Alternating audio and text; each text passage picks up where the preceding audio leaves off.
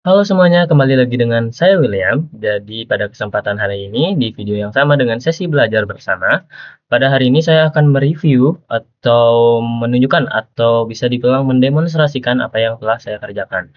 Nah, sejauh yang telah saya kerjakan, saya sudah menyelesaikan keseluruhan apa yang diminta dari pengajar saya atau pembina saya.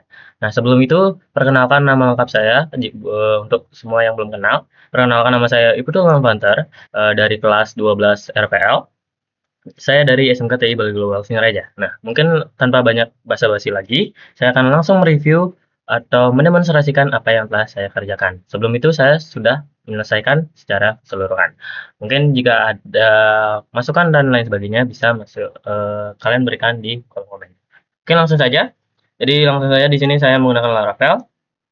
Saya akan jalankan project saya dengan PHP Architecture. Oke, server sudah berjalan dan database saya juga sudah siap. Nah, di sini saya menyediakan satu akun yang memiliki role admin untuk kita bisa melakukan eksperimen. Oke, mungkin langsung saja. Nah, di sini ada beberapa yang diminta oleh pembina saya, dari register sampai delete history dari peminjaman. Nah, mungkin saya akan bahas satu-satu. Nah, sebelum itu, mari kita coba dari register. Nah, dari register sendiri, di sini kita coba yang errornya, yaitu ketika ada user yang ingin membuat akun dengan nama username yang sama. Karena di sini saya menggunakan username unique, agar tidak ada yang memiliki username yang sama, gitu. Nah, di sini kan sudah memiliki username admin. Nah, kita coba send. Nah, di username di sini ada error, the username has already been taken. Nah, jadi artinya username sudah pernah digunakan. Nah, bagaimana dengan error lainnya? Misalnya saya menggunakan password di bawah dari yang saya tentukan. Nah, di sini kan saya misalnya ngeset password saya di out controller. Nah, di sini. Nah, saya menggunakan required tapi dengan minimal 4. Nah, di sini saya coba 3. Apakah bisa? Oke, jadi di sini akan muncul dua error berbeda, yaitu username dan juga password. Nah, username yaitu seperti tadi karena udah ada yang menggunakan username William Admin, juga passwordnya adalah the password field must be at least 8 characters. Jadi gitu. Jadi minimal 8. Nah, sesuai dengan yang saya set di sini passwordnya. Gitu. Oke, mungkin itu untuk yang error. Langsung saja kita coba di yang benar. Jadi misalnya saya menggunakan William user. Langsung copy, saya sebagai data dummy aja, jadi sini saya asal-asalan ya masukin data, coba kita enter.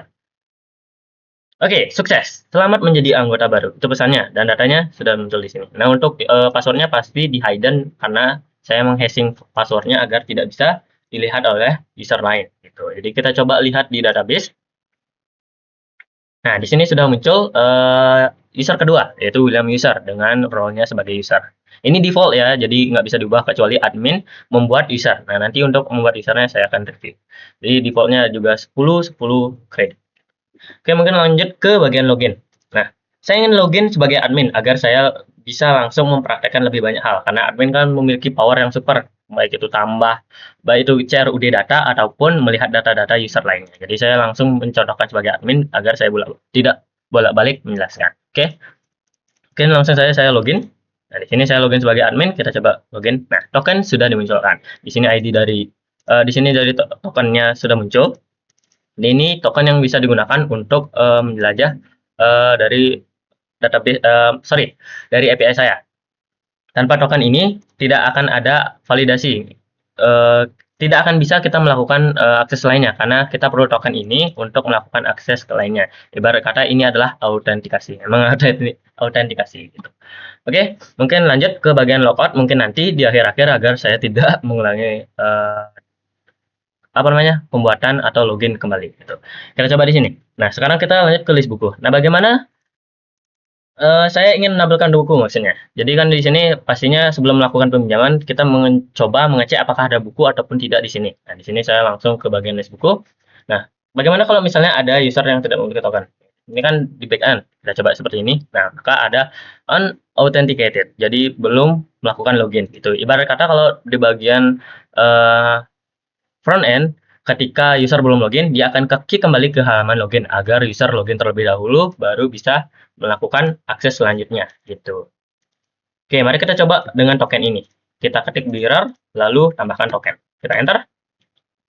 Nah, sukses. Data buku berhasil ditampilkan. Tapi di sini list buku masih kosong. Nah, di sini jadi pertanyaan. Gimana sih caranya kita memiliki list buku? Karena saya masih mengosongkan di bagian data buku. Belum ada. Karena tadi saya langsung migrate fresh agar melakukan contoh lebih fresh. Maksudnya saya bisa mendemonstrasikan contoh ini lebih fresh karena tidak ada data yang gitu. Jadi kita mencoba bersama-sama di sini dari awal gitu kurang lebih. Oke. Lanjut, di sini kan tidak ada data, otomatis kita akan menambahkan data buku. Oke, kita coba tambahkan data buku. Tapi sebelum itu kita coba validasi lainnya. Misalnya kalau yang menambahkan data buku bukanlah admin, kita login sebagai gini, user, William user. Lalu lanjut ke bawah, William user. Kita enter. Boom.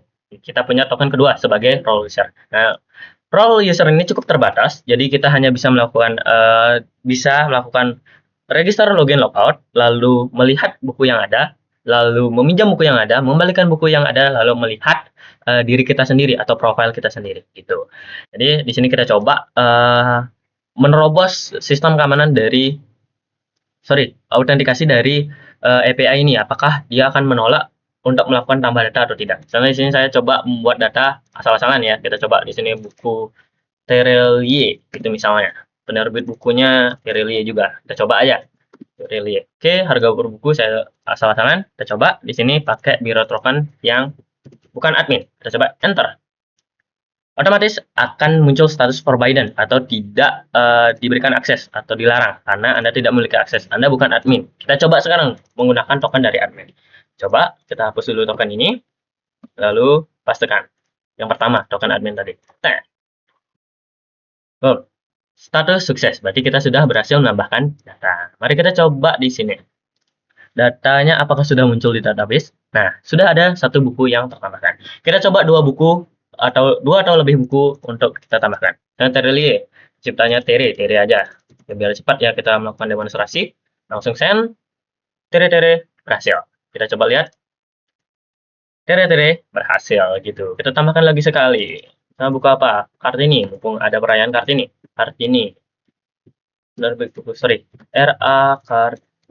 Kartini. Kita coba bukunya yang habis gelap terbitlah terang. Kita coba enter. Nah, buku yang ketiga berhasil ditambahkan. Kita coba lihat di sini. Boom. Nah, di sini sudah ada data buku. Nah, di sini ada stok-stoknya. Jadi berapa stok itu bakal dimunculkan di sini. Misalnya user mau meminjam, otomatis stok tersisanya akan berkurang. Stok totalnya itu stok keseluruhan. Jadi ketika ada user ingin mengetahui berapa sih total, ketika ada admin yang ingin mengecek ulang, berapa sih total awalnya dari jumlah buku yang ada. Jadi di sini bisa dilihat dari stok total. Nah, gitu. Oke, mungkin lanjut kita coba ke yang lain. Kita coba ke bagian edit. Nah, kita kan sudah memiliki tiga data berbeda. Nah, kita coba edit datanya. Nah, di sini saya coba pakai langsung saja token admin. Atau mungkin kita coba pakai token yang bukan admin. Nah, di sini saya coba yang user tadi, yaitu token kedua. Kita enter. Lalu muncul status forbidden. Jadi intinya yang bisa melakukan CRUD data itu hanyalah admin gitu. Ketika user hanya bisa melakukan CRUD data pada dirinya sendiri. Gitu. Jadi kita lanjutkan. Kita lanjutkan untuk step pengeditan data dari buku. Kita coba pakai tokennya sudah diisi. Kita coba edit datanya, misalnya judul bukunya. Oke, di sini di URL-nya di sini ada ID buku di belakangnya. Jadi misalnya kalau dari front end kan di belakangnya ada ID buku yang ingin diedit. Otomatis di sini juga dimunculkan. Misalnya kita punya 3 buku berbeda. Bagaimana kalau kita mau masukkan ID yang keempat? Sedangkan kita tidak punya. Kita coba enter.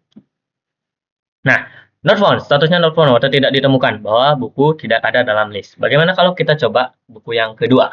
Gitu. Kita edit, buku yang pertama deh biar cepat. Biar kita kelihatan. Tadi kan Terelie, kita ubah jadi siapa?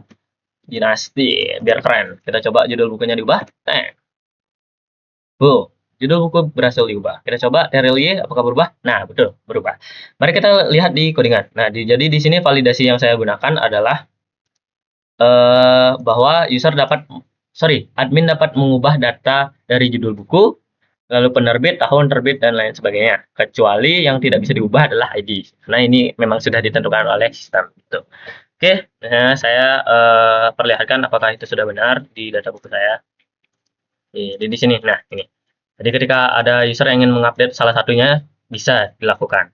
Sorry, admin yang ingin mengupdate salah satunya bisa dilakukan. Yang lainnya akan menyesuaikan dengan data yang lama sudah ada. Gitu.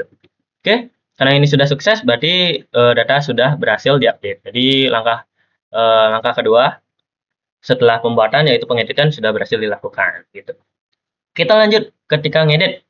Selesai menampilkan, selesai menambahkan lalu mengedit, mari kita coba lihat kembali apakah sudah masuk ke dalam, sudah bisa dipanggil di API. Mari kita coba, boom, tadi kan kosong. Nah, oke, sekarang kita sudah memiliki 3 buku, sudah berhasil ditampilkan di API yang kita miliki. Gitu. Jadi kita sudah berhasil menampilkan, menambahkan, juga mengedit. Nah, yang terakhir kita akan mencoba mendelete buku. Nah, kita coba delete buku yang pertama. Oke, kita gunakan token admin di sini. Sini, kita coba send.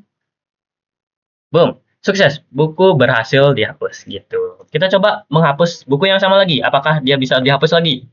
Otomatis tidak dapat menemukan buku karena buku yang tadi sudah berhasil dihapus. Jadi tersisa ID buku yang kedua juga yang ketiga. Gitu. Mari kita lanjutkan ke yang selanjutnya. Jadi kita sudah berhasil membuat CRUD dari data buku itu sendiri. Jadi kita lanjutkan ke profile user. Nah, ini tambahan dari saya.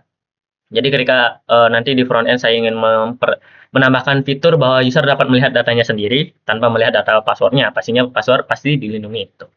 Kita coba menambahkan fitur self profile atau melihat profile sendiri. Nah, di sini sesuai dengan token, dia mengambilnya sesuai dengan token. Jadi token siapa yang sedang login, otomatis dia bisa melihat dirinya sendiri tanpa melihat punya orang lain.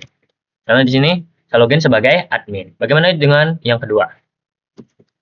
Kita coba token yang kedua tadi karena kita juga login sebagai user. Boom. Nah, William user, role user. Berarti sudah ada 2 anggota yang berhasil login. Tuh, kita bisa melihat data kita sendiri tanpa mengganggu data orang lain. Mari kita lanjutkan ke transaksi. Ini yang paling penting karena tujuan dari project ini sendiri adalah melakukan transaksi yaitu peminjaman dan pengembalian buku. Mari kita coba. Nah, kalau peminjaman dan pengembalian buku bisa dilakukan oleh user. Tuh. Jadi kita bakal menggunakan token dari si user itu sendiri.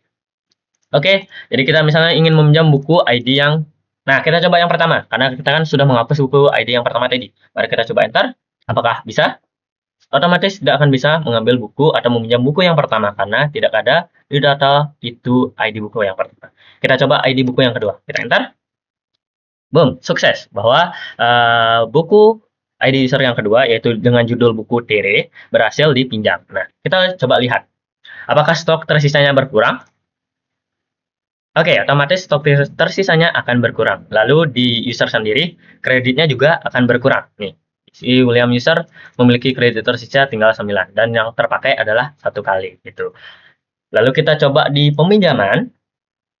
Nah, otomatis kita dapat melihat di sini bahwa ada 1 buku yang sudah terpinjam dengan status belum kembali. Gitu, kurang lebih. Oke, kita coba melakukan percobaan. Kita meminjam buku yang sudah kita punya. Kita coba enter. Boom. Anda belum mengembalikan buku ini. Jadi, ketika user ingin meminjam buku yang sama, user harus mengembalikannya terlebih dahulu. Jadi, biar nggak ada user bisa meminjam buku yang sama, tapi sebanyak 10. Nah, itu menjadi hal yang mencurigakan. Apakah bukunya dijual, dan lain sebagainya. Gitu. Coba tahu kan user menjual dengan harga yang mahal, terus lebih mahal dari harga aslinya. Terus user ingin membayar denda ke atas dia menghilangkan buku tersebut gitu. Jadi dia membayar harga aslinya dengan keuntungan setelah dia menjual harga lebih dari aslinya. Gitu. Jadi sistem ini memiliki pengecekan bahwa user hanya bisa meminjam buku yang sama 1 kali. Jadi ketika kita ingin meminjam buku yang sama, kita harus mengembalikan dulu terlebih dahulu. Misalnya kalian pengen menambahkan waktu pinjam kalian jadi lebih lama gitu. Jadi kalian bisa melakukan transaksi ini. Kita coba kembalikan buku yang pertama tadi, karena ID pinjamnya itu adalah yang pertama di sini. Jadi kita coba kembalikan bukunya. Oke, unauthenticated karena kita belum menaruh token kita di sini. Kita coba taruh token user kita, lalu kita jalankan. Kita meminjam ID buku yang pertama. Kita mengembalikan ID pinjam yang pertama. Nah, otomatis kita sudah mengembalikan buku yang sudah kita pinjam. Gitu. Di sini sudah ada keterangan buku apa yang kita pinjam. Lalu statusnya akan berubah menjadi kembali. Kita cek di sini apakah berhasil. Status kembali. Oke, juga di data buku stok tersisanya juga kembali, user juga kembali memiliki kredit yang tersisa kembali ke awal yaitu 10 gitu. Oke, jadi itu untuk peminjaman dan pengembalian. Mari kita lanjutkan ke list anggota. Nah, anggota ini hanya bisa diedit oleh admin. Jadi kita coba menerobos sistemnya kembali dengan token user yang kita miliki. Boom, kita enter. Nah, otomatis forbidden. Jadi hanya admin yang bisa melakukan pengeditan data di sini. Entah itu CRUD secara lengkap. Oke, mari kita paste dari token admin itu sendiri. Kita coba lihat list anggota. Boom, berhasil dimunculkan 2 list anggota. Sesuai dengan yang ada di database, kita hanya memiliki 2 anggota di sini. Coba kita lihat. Nah, di sini 2 anggota. Gitu. Jadi berhasil ditampilkan. Mari kita coba menambahkan anggota dari admin. Kan biasanya kalau user ingin menambahkan dirinya sendiri, kita harus melakukan register terlebih dahulu. Tapi di sini ketika admin juga ingin menambahkan user tanpa harus meributkan user, dia login sendiri. Jadi di sini kita bisa melakukannya, yaitu menambahkan user. Nah, di sini kita coba tambahkan user dengan nama will user. Nah, kalau di sini will user, kita coba yang berbeda deh. Misalnya siapa ya? Kita coba tambahkan pembina kita, yaitu Pak Tirta. Pak Tirta, kita coba pas itu di sini, paste di sini, sorry. Oke, kita passwordnya Pak Tirta, kita isi gini spasi, biar gampang diingat. Boom, role-nya sebagai user. Jadi di sini kan kalau misalnya kita register, otomatis kita hanya bisa menjadikan diri kita sebagai user. Nah, admin berbeda. Admin bisa menentukan dia mau jadi seperti apa. Misalnya ada pekerja baru yang masuk ke perpustakaan, otomatis dia harus menggunakan atau memiliki akun untuk melakukan pengecekan. Otomatis di sini kita bisa menyetingnya dia sebagai admin gitu. Nah, di sini saya jadikan Pak Tirta admin gitu. Kita coba ya. Dia memiliki kredit total 1000. Woi, kita banyak nih punya. Kita coba ya. Enter. Oke, unauthenticated karena kita belum memasukkan token kita. Kita coba masukkan token kita, token admin ya. Sukses, anggota baru telah dibuat. Kita coba lihat, Pak Tirta, bukan benar? Boom, Pak Tirta ditambahkan sebagai admin. Dia punya kredit 1000. Woi, banyak coy. Kita coba, itu berarti kita berhasil melakukan penambahan user. Kita coba edit datanya. Karena di sini kan aku saya menambahkan Pak Tirta dengan full name-nya cuman nggak ada spasi gitu. Kita coba tambahkan spasi sini. Bapak Tirta, kita edit. Nah, dia ID ke berapa? Kita coba ID ketiga gitu. Kita edit, kita ganti juga token kita sebagai token admin. Oke, kita edit datanya di ID ketiga. Edit Pak Tirta di sini, sorry. Pak Tirta. Sorry. Kita kan pengen ngedit nih, Pak Tirta. Terus juga username-nya kita ganti sebagai Mr. T. Oke, gitu misalnya, Mr. T. Terus passwordnya masih sama, Pak Tirta. Kita nggak ubah passwordnya, Pak Tirta. Pak Tirta. Terus role-nya sebagai admin tetap. Terus kredit totalnya kita tambahkan jadi 20.000. Makin banyak nih token yang dimiliki Pak Tirta. Kita coba. Kita masukkan edit usernya. Boom. Username field must be at least 4 karakter. Karena di sini username kan pengen kita ubah. Sedangkan yang seperti yang sudah saya jelaskan di awal tadi, bahwa username itu unik juga username itu unik dan harus berbeda dari data yang sudah ada. Jadi sini nggak usah lah kita mengubah username ya. Kita coba pakai username yang lama. Jadi kita mengubah full name-nya sama kredit totalnya. Gitu. Kita coba enter. Boom. Oke, sukses bahwa Pak Tirta sudah berhasil diedit. Nah, namanya sudah ada spasinya, huruf besar, huruf kecilnya, lalu juga kredit totalnya bertambah jadi 2000 karena kita edit. Gitu. Oke. Lalu itu untuk pengeditan anggota. Kita coba mengedit anggota yang nggak ada. Apakah bisa? Boom, misalnya 4 kan kita nggak punya. Nah, otomatis not found karena kita tidak punya anggota dengan ID yang nomor 4. Gitu. Oke, mari kita coba delete anggota. Oke. Dan di sini kita sudah mempunyai 3 anggota. Kita coba delete yang sudah kita buat barusan tadi. Mohon maaf ya Pak Tirta, kita bercanda di sini sebagai uji coba. Oke, mari kita coba hapus ini token lama kita masukkan token admin kita. Kita coba delete user yang ketiga. Apakah berhasil? Oke, sukses. Anggota ketiga berhasil dihapus. Coba lihat. Nah, otomatis Tirta sudah dihapus dari daftar admin, dari daftar user perpustakaan gitu. Oke, mari kita coba hapus sekali lagi. Apakah bisa dihapus di sini? Karena kan kita sudah menghapusnya sebelumnya. Kita coba enter. Boom, otomatis not found karena kita sudah tidak memiliki data ID user yang ketiga gitu. Oke, itu untuk CRUD atau CRUD dari anggota. Mari kita lanjutkan ke yang terakhir, yaitu admin dapat mengubah history dari yang sudah ada. Gitu. Nah, di sini bukan CRUD, tapi cuman CUD. Jadi tapi cuman RUD. Kenapa create-nya enggak? Karena kan yang membuat datanya adalah user. Jadi kita nggak mungkin awal-awal kan asal-asalan membuat data yang kita nggak tahu usernya siapa yang bakal minjam. Gitu. Jadi di sini admin otomatis dia dapat melihat history, mengedit history, lalu menghapus history. Kita coba melihat history yang ada. Oke? Nah, di sini harusnya dihapus nih, nggak kepake. Oke. Di sini kita coba pakai token admin kita. Enter. Kita lihat. Wow. Semua histori peminjaman berhasil ditampilkan. Apakah benar cuma ada satu histori peminjaman nih? Kita coba lihat histori peminjamannya. Benar, cuma ada satu histori peminjaman. Tuh. Kita coba edit peminjaman sekarang. Tadi udah ada peminjaman ya. Misalnya statusnya kita kembalikan lagi ke belum kembali. Di sini kan udah kembali nih. Kita coba edit peminjaman pertama di sini. Di URL-nya kan ada ID peminjam, ID pinjamnya. Jadi kita jadikan nomor 1 karena cuman punya ID yang pertama. Kita coba edit. Sekarang statusnya ke belum kembali. Oke, unauthenticated karena kita belum memasukkan token kita. Kita coba. Boom, sukses. Histori peminjaman berhasil diperbarui. Kita coba apakah beneran kembali. Nah, betul bahwa statusnya belum kembali gitu. Jadi di sini yang bisa admin edit adalah status, lalu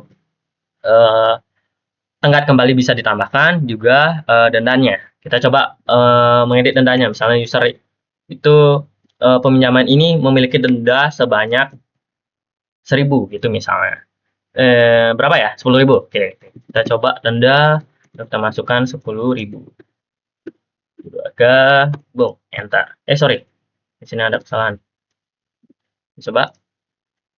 Oke, tadi karena ada kesalahan, saya memasukkan koma di sana. Oke, berhasil diperbarui. Mari kita coba refresh. Apakah benar? Nah, dendanya jadi 10.000 gitu. Tadi menyatakan bahwa pengeditan di histori peminjaman itu berhasil. Kita coba. Di sini kan otomatis denda ke 10.000 itu ditambahkan ke user dengan ID 2. Apakah benar? Kita coba cek. Boom, total denda. Oke, di sini ada kesalahan. Mungkin belum masuk karena saya belum merefresh datanya. Oke. Itu intinya untuk edit historinya sudah berhasil. Mari kita lanjutkan ke yang terakhir, yaitu delete history. Jadi kita menghapus history yang sudah kita kerjakan, itu di peminjaman. Nah, di sini kan cuma ada history peminjaman cuma satu. Kita coba hapus historinya. Oke, kita coba history pertama kita hapus. Oke, unauthenticated. Saya belum mengubah ini. Boom. Coba. Sukses. Histori peminjaman ke pertama berhasil dihapus. Mari kita coba lihat. Boom. Hilang. Sudah tidak ada yang meminjam buku lagi. Itu. Oke, mungkin sekian yang bisa saya demonstrasikan dari keseluruhan yang sudah diminta oleh pembina saya. Jadi dari register sampai delete history sudah saya kerjakan dengan baik. Gitu.